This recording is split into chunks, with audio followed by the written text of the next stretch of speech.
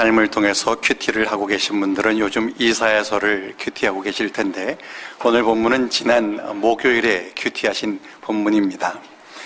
이사야서는 큐티하기에 조금 어려운 그런 말씀입니다. 그래서 생명의 삶으로 지금 큐티하고 계신 분들은 요즘 큐티하기가 조금 힘들다라는 마음을 가지실지 모르겠습니다.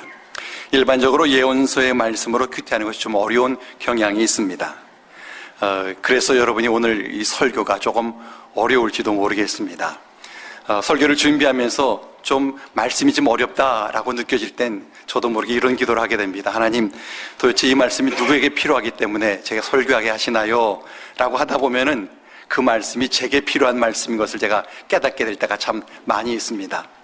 혹 설교가 좀 어렵더라도 성령께서 여러분의 마음을 감동해 주셔서 어려운 설교가 아니라 쉽게 여러분이 이해되기를 제가 간절히 바랍니다. 얼마 전에 민수기의 말씀으로 큐티한 적이 있었었는데, 민수기가 큐티가 다 끝난 다음에 몇 분이 제게 민수기가 참 지루한 말씀인 줄만 알았는데 민수기가 그렇게 은혜되는 말씀인지 제가 전에 몰랐어요 하신 분들이 계셨습니다. 민수기로 큐티하신 분이라면 공감하실 것입니다. 이처럼 말씀을 묵상해 보기 전에는 그 말씀의 깊은 맛을 알 수가 없습니다. 여러분이 오늘 하나님의 말씀을 통해서 여러분에게 주시는 말씀을 듣게 되기를 간절히 바랍니다.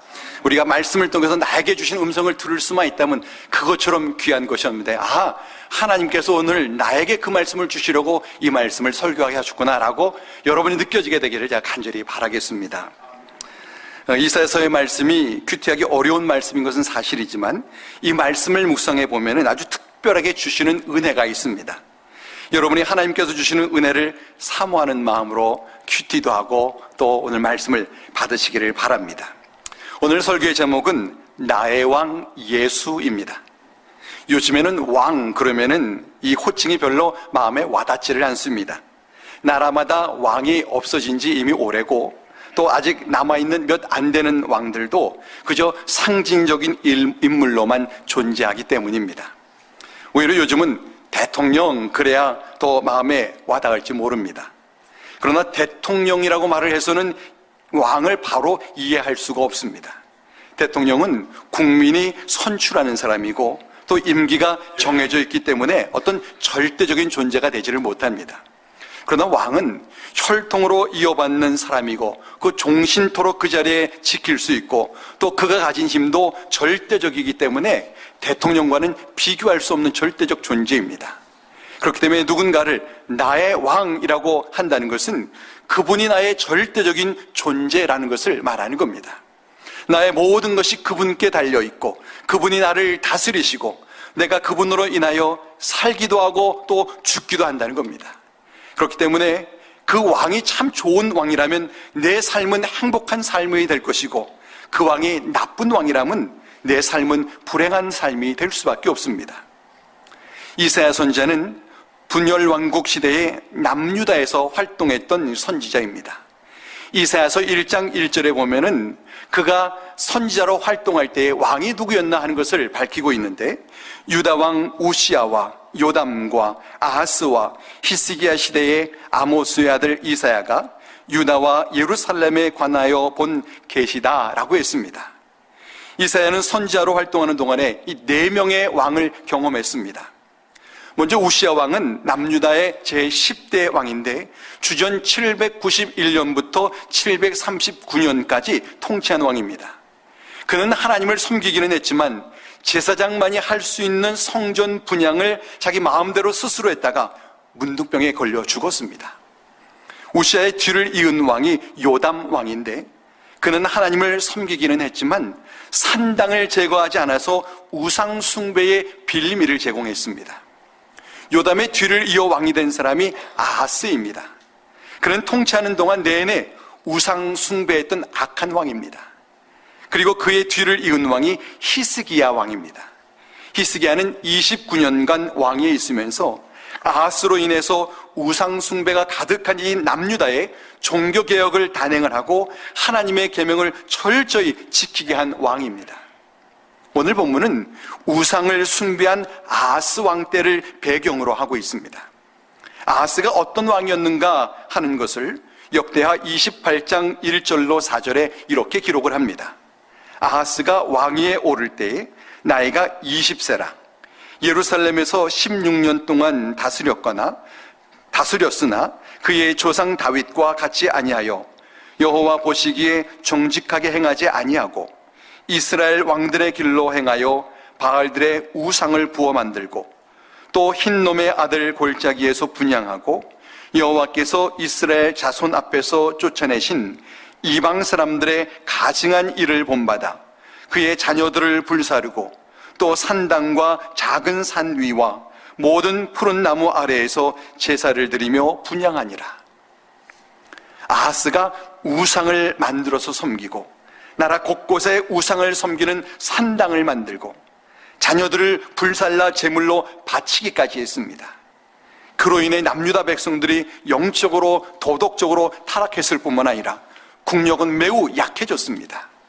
그러자 아람 나라가 남유다를 쳐서 많은 사람을 죽였고 그 틈을 이용해서 북이스라엘이 침략해 와서 재물을 노략질하고 부녀자 20만 명을 잡아갔습니다. 그러자 아하스는 당시에 제일 강국이었던 아수르에게 도움을 청했고 그러는 사이에 에돔이 와서 또 유다를 치고 백성들을 잡아갔습니다. 그뿐만 아니라 블레셋 사람들도 침략해서 유다 평지와 남방 성읍들을 점령하고 그곳에 살았습니다. 이 뒤늦게 아수르는 아하스 왕의 요청에 따라서 군사를 보냈지만 그 군사들은 도리어 이 남유다를 공격했습니다. 그러자 아하스 왕은 부랴부랴 성전과 왕궁과 방백들의 집에 있는 재물들을 모아서 아수르 왕에게 뇌물로 주며 살려달라고 애원을 했고 아수르 왕은 재물은 재물대로 받고 남유다를 도와주지를 않았습니다. 이처럼 주변 나라들마다 이 남유다를 동네북 치듯 하였고 백성들은 더 이상 못 살겠다라고 아우성을 쳤습니다.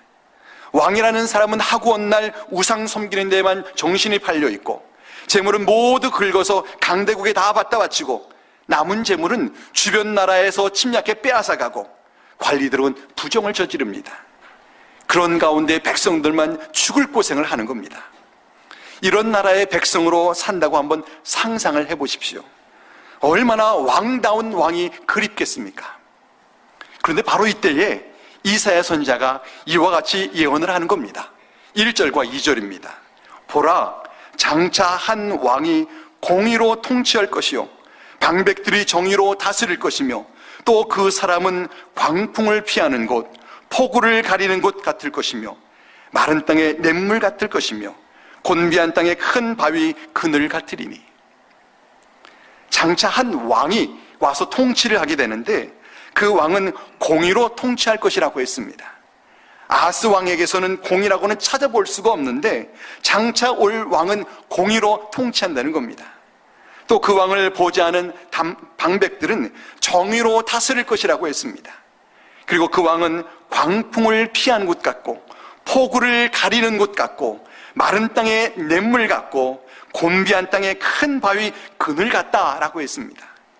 지금은 주변 나라가 빼앗아가면 다 빼앗기고 잡아가면 잡혀가는데 장차 올 왕은 저들을 안전하게 지켜줄 뿐만 아니라 저들에게 평안과 만족을 준다라는 겁니다. 남유다 백성들이 이 말을 들을 때 얼마나 기뻤겠습니까? 아마도 눈이 번쩍 띄었을 것입니다. 제발 그런 왕이 어서 와서 자신들을 통치해 주기를 간절히 바랬을 것입니다. 만일 그런 왕이 온다면 저들은 왕이시여 어서 우리를 구원하소서라고 외칠 것입니다. 실제로 이렇게 외친 사건이 있습니다. 예수님께서 나귀를 타고 예루살렘 성에 입성하실 때 사람들이 예수님을 향하여 주의 이름으로 오시는 왕이여 호산나라고 외쳤습니다. 호산나라는 말이 지금 우리를 구원하소서라는 말입니다. 당시에 저들의 삶이 로마의 압제를 받으며 너무 어려웠기 때문에 당장 오셔서 우리를 좀 구원해 주시기를 바라는 마음이 있었던 겁니다. 그런데 이사야 선지자가 예언한 이 왕은 장차 유다의 왕이 될 히스기야를 가리켜서 하는 말일 뿐만 아니라 장차 메시아로 오실 예수님을 두고 하는 말이었습니다. 그 당시만을 위한 예언이 아니라 오고 오는 모든 세대를 위한 예언을 이사야가 한 것입니다. 사실 히스기야 왕은 그가 왕이 되어서 공의로 통치하고 또 나라를 든든히 하고 남유다 백성들을 안전하게 하기는 했지만 그도 아수르에게 제물도 바쳤고 그가 29년의 통치를 마치고 죽은 후에는 그 다음 왕이 된 왕이 다시 또 우상을 섬기고 말았습니다. 그가 좋은 왕인 것은 사실이지만 그는 그저 한시적인 임시적인 왕이었던 겁니다. 그러니까 히스기야 왕은 이사야 선지자가 예언한 왕의 그림자이고 그 진짜 실체는 바로 예수 그리스도이신 것입니다. 그렇기 때문에 우리는 이 본문을 통해서 우리의 구주 되시는 예수님을 생각해야 하고 그 예수님이 나에게 어떤 왕이 되시는가 하는 것을 분명히 알아야 합니다. 그렇다면 예수님은 우리에게 어떤 왕이실까요? 본문은 예수님이 어떤 왕이라고 말을 하고 있을까요? 첫째로 예수님은 공의로 통치하는 왕이다라고 말하고 있습니다. 1절에 보면은 보라 장차 한 왕이 공의로 통치할 것이요 라고 했습니다. 공의는 공평하고 의로운 것을 말합니다. 공의로 통치한다는 것은 누구나에게 평등하게 의롭게 한다라는 것입니다. 예수님이 공의롭다라고 하는 것은 모든 사람에게 차별이 없이 예수를 구주로 영접하는 자는 그의 죄를 사하고 그를 의롭게 여겨주신다라고 하는 것입니다. 당시의 왕들은 자신과 가깝거나 자신에게 이익이 되는 사람은 선대하고 그렇지 않은 자는 함부로 했습니다. 그러나 예수님은 공의로우셔서 차별이 없으십니다. 누구든지 예수를 믿기만 하면 그를 죄에서 구원하시고 그의 왕이 되어 그를 다스려 주십니다.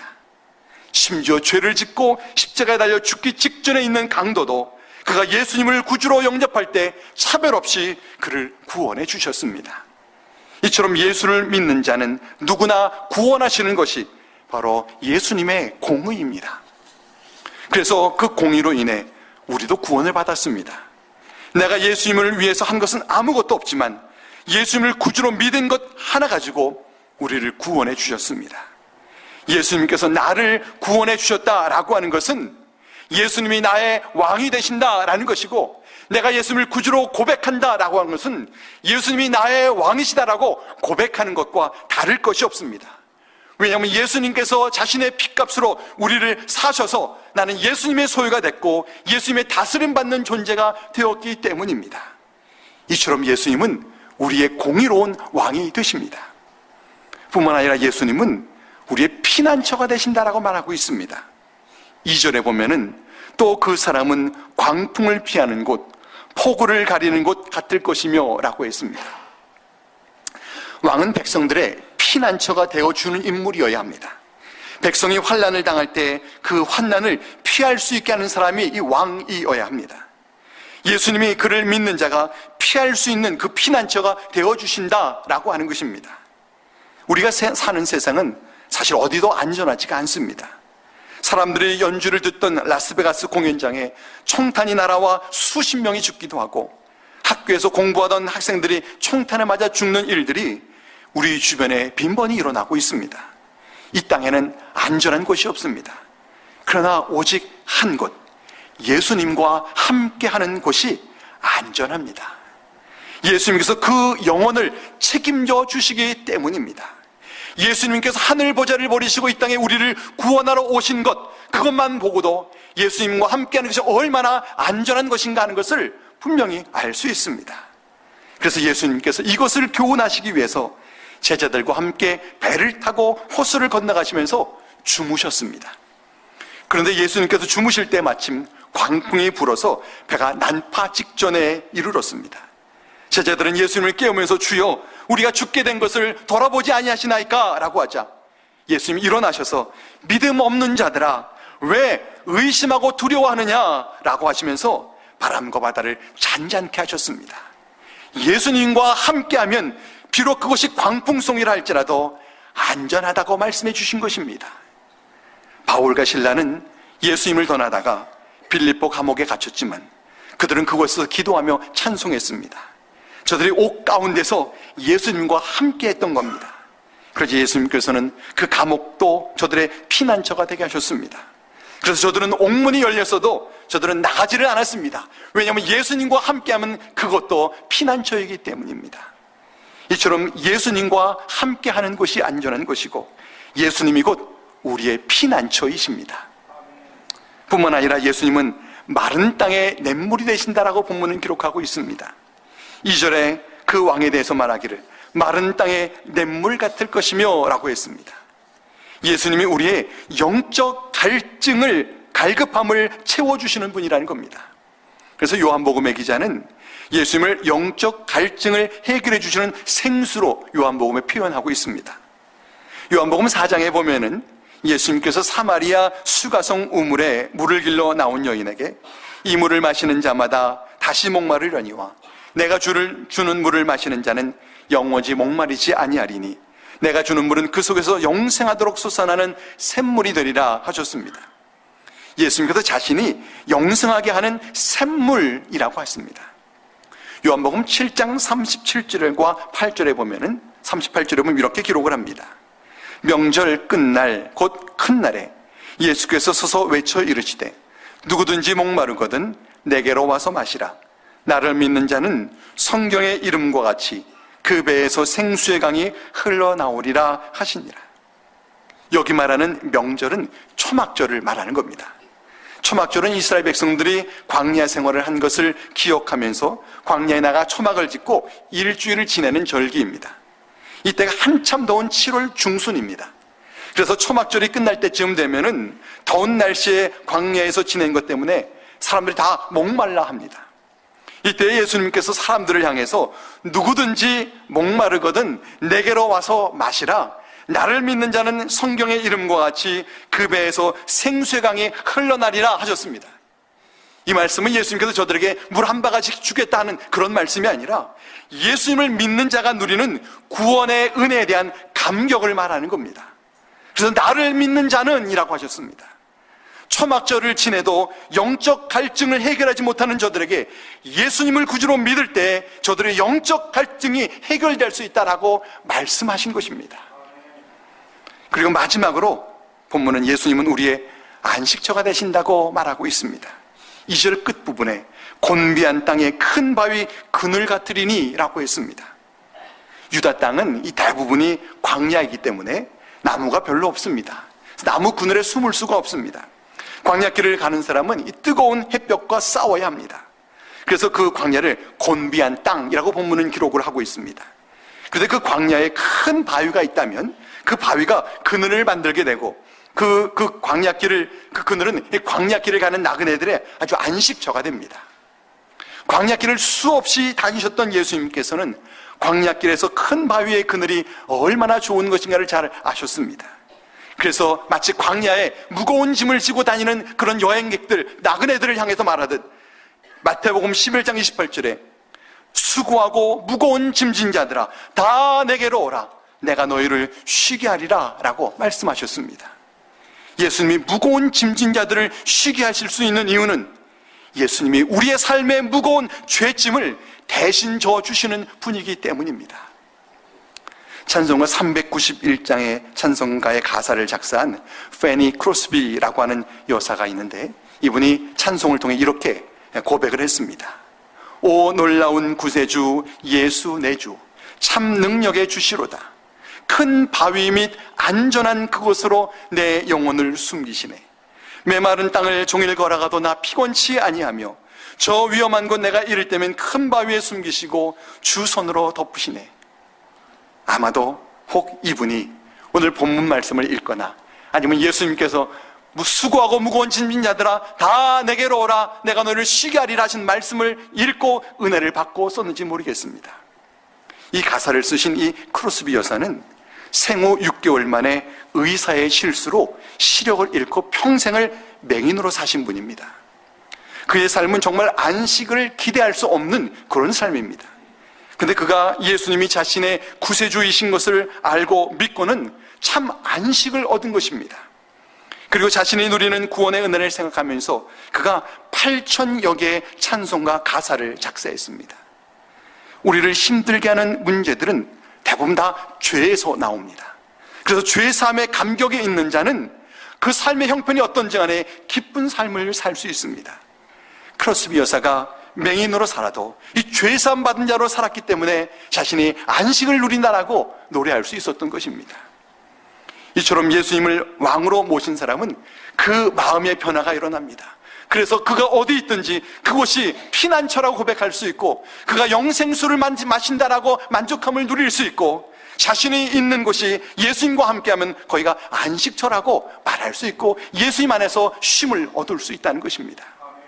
그래서 이사야 선지자는 이 3절과 4절에서 이렇게 예언을 합니다. 보는 자의 눈이 감기지 아니할 것이요, 듣는 자가 귀를 기울일 것이며, 조급한 자의 마음이 지식을 깨닫고 어눌한 자의 혀가 민첩하여 말을 분명히 할 것이라. 어떤 변화가 일어나고 있는가 하는 것을 말하고 있습니다. 먼저는 보는 자의 눈이 감기지 아니할 것이라고 했습니다. 이렇게 말하는 것은 이전에는 눈이 감겼었다라는 겁니다. 이전에는 영적 소경과 같아서 하나님께서 보여주시는 이 증거들을 볼 수가 없었다는 겁니다. 그런데 이제는 하나님께서 보여주시는 증거들을 볼 수가 있습니다. 하나님의 말씀을 통해서 하나님께서 나를 사랑하시는 증거를 볼 뿐만 아니라 자신의 삶의 주변에 일어나는 일들을 통해서 하나님의 사랑의 증거들을 볼 수가 있습니다. 그의 영에 눈이 떠서 밝히 보게 된 것입니다. 마치 존 뉴턴 목사님이 예수님을 구주로 믿고서 나 같은 죄인 살리신 주 은혜 놀라와 잃었던 생명 찾았고 광명을 얻었네 라고 찬송한 것과 같습니다. 이 영어 가사에 광명을 얻었네 라고 하는 가사가 was blind but now I see 라고 하는 가사입니다. 내가 이전에는 맹인이었는데 내가 지금은 밝히 봅니다 라고 찬송하는 겁니다. 이것이 예수님을 구주로 믿은 사람들, 예수님을 왕으로 모신 사람들이 하는 고백입니다. 예수 믿기 전에는 영의 눈이 멀어서 하나님의 사랑을 아무리 보여줘도 알 수가 없었었는데, 예수님을 구주로 믿고 나니까는 하나님의 사랑이 물붓듯 보여지고 내게 느껴진다라고 말하고 있는 것입니다.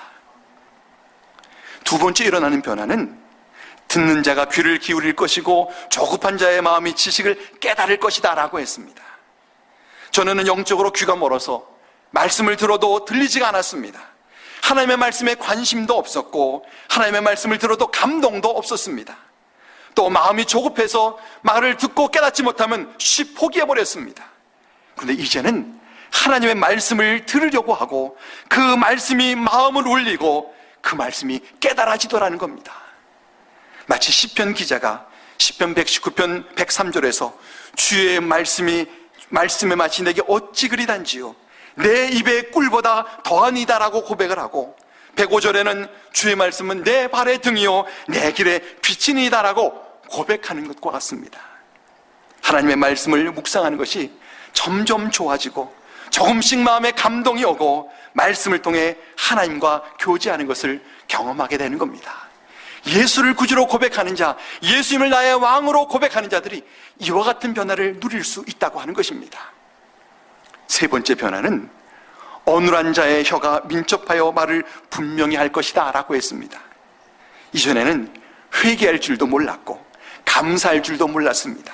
기도도 하지 않았고 찬송도 하지를 않았습니다. 하는 말마다 남흉보고 불평하고 부정적인 말을 했습니다.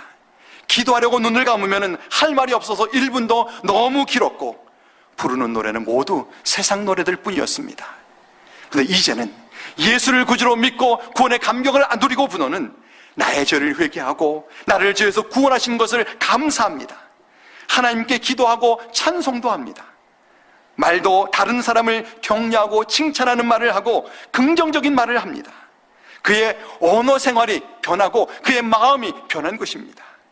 마치 사람들을 피해 수가성 우물에 물길러 나와 퉁명스러운 음성으로 예수님께 말하던 여인이 예수님을 만나서 구원의 도를 깨닫고는 너무 기뻐서 동네로 달려가 사람들에게 와서 보라 내가 그리스도를 만났다라고 외치게 된 것과 같습니다. 이처럼 예수님이 나의 왕이 되셔서 나를 다스리면 내 내면의 변화가 일어나고 그것으로 인해 내 언어가 또 변화가 됩니다. 그래서 내면의 변화만 일어나는 것이 아니라 삶 전체의 변화가 일어나는 것을 오늘 본문이 말하고 있습니다. 그래서 이사야 선지자는 5절과 6절에 이렇게 예언합니다. 어리석은 자를 다시 존귀하다 부르지 아니하겠고 우둔한 자를 다시 존귀한 자라 말하지 아니하리니, 이는 어리석은 자는 어리석은 것을 말하며 그 마음에 불의를 품어 간사를 행하며 패역한 말로 여호와를 거스리며 줄인 자의 속을 비게 하며 목마른 자에게서 마실 것을 없어지게 함이며. 이 말은 이제는 더 이상 죄악된 세상에 속지를 않는다는 겁니다. 이전에는 무엇이 참이고 무엇이 거짓인지를 몰라 속아 살았습니다. 어리석은 자를 존귀한 자인 줄로 알았고 우둔한 자를 존귀한 자라고 불렀습니다. 어리석은 자를 따라 어리석은 말도 하고 불의한 자를 따라 마음에 불의를 품어 간사를 행했습니다. 패역한 말로 여호와를 거스렸고 줄인 자의 속을 비게 하고 목마른 자에게 마실 것이 없어지게 했습니다.